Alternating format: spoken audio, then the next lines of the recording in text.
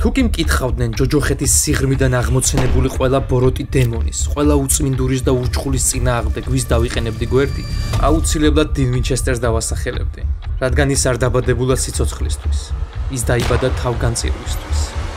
დინი ეს არის ადამიანი, ვინც ცხოვრობს სხვების ცხოვრებით, რადგან სხვაგვარად მას უბრალოდ არ შეუძლია. მისი სარკაზმის, ცინიზმის და მომენტებში უხეშობის მიღმა იმალება ადამიანი, ვისაც არა ერთი ან ორი შინაგანი კონფლიქტი აქვს, არამედ უამრავი. და მისი ქცევა ხშირ შემთხვევაში ფარია გარესამყაროსგან თავდასაცავად. ამ ფარის უკან კი ფაქიზი სულის ნატურა იმალება. როდესაც მამამისმა მას პატარა სემი ჩააბარა და უთხრა დაეცვა ყველაფრის ფასად, სწორედ ამ მომენტში დასრულდა დინის ბავშვობა და მისი ცხოვრება იქცა მოვალეობად. უფროსი ძმის სინდრომი არ არის მხოლოდ ზრუნვა, ეს ერთგვარი დამოკიდებულებაცაა. დინისთვის არ არსებობს არაფერი საკუთარი. ის ცხოვრობს სხვების ტკივილით, სხვების სიხარულით, სხვების სიყვარულით. იმ პალაც კი, რომელიც ასე ძალიან უყვარს, მასაც კი არ აღიქვავს თავისად, რადგან ისიც კი მამამისისაა. სწორედ ამიტომ მისი ცხოვრება დაუფიქრებელი, უაპელაციო თავგანწირვაა. წარმოიდგინეთ, მან თავისი ძმისთვის სული გაწირა. ჯოჯოხეთში ჩავიდა და იქ 40 წელი უმოწყალოდ აწამებდნენ.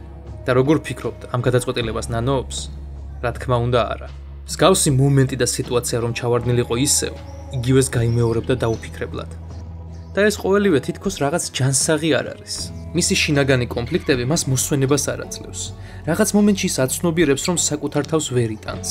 ზიზღით უყურებს იმ პიროვნებას, რადაც ჩამოყალიბდა. თუმცა სხვაგვარი როგორი უნდა იყოს, ეგეც არ იცის. და სწორედ ამაშია მისი ტრაგედია. ის იზრდებოდა ჯარისკაცად და მამის ხატი მისთვის ხელშეუხებელია. ის მასზე თანაბრდებოდა. მამის მოლოდინების გამართლებაში მან საკუთარი თავი დაკარგა.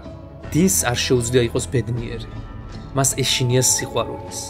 სიმშვიდე მისთვის იმდენად უცხოა, რომ ამ ყველაფერში ხაფანგს ხედავს. და რაღაც მომენტში ჩდება კითხვა, როგორ არ კარგავს დინი ადამიანურობას, როგორ არ ქრება მასში თანაგრძნობა და სიკეთე. და ეს მართლაც გასაკვირია და მიუთითებს ამ ადამიანის სიძლიერეზე. 딘 ვინჩესტერის მთავარი ძალა ისაა, რომ მას ყოველთვის შესწევს უნარი წამოდგეს და ბრძოლა გააგრძელოს. ნებისმიერი მორალური კრახის პირისპირ, როცა უბრალოდ ადამიანს ცხოვრება არ უნდა, 딘 ვინჩესტერი ფეხზე დგება და ბრძოლას აგრძელებს. მანამ სანამ გამოსავალს არ იპოვის და ხშირ შემთხვევაში გამოსავალს ყოველთვის პოულობს. დინი ეს არ არის უბრალოდ პერსონაჟი. ეს არის ადამიანი, რომელიც ტკივილში სწავლობს სიყვარულს, რომელიც დუმილში ებრძვის შიშებს და ბრძოლაში პოულობს საკუთარ არსებობას.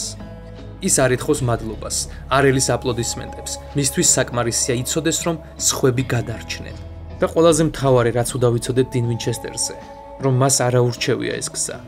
თავად გზა მაირჩია იგი, როგორ ბანალურადაც არ უნდა ჟღერდეს.